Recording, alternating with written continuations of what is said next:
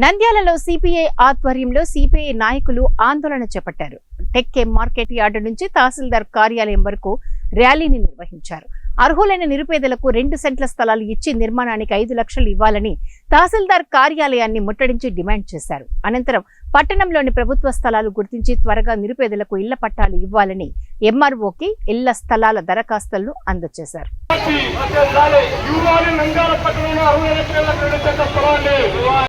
రాష్ట్ర సహాయ కార్యదర్శి మన జిల్లా ఇన్ఛార్జ్ గారైనటువంటి ముప్పాల నాగేశ్వరరావు గారు హాజరు కావడం జరిగింది.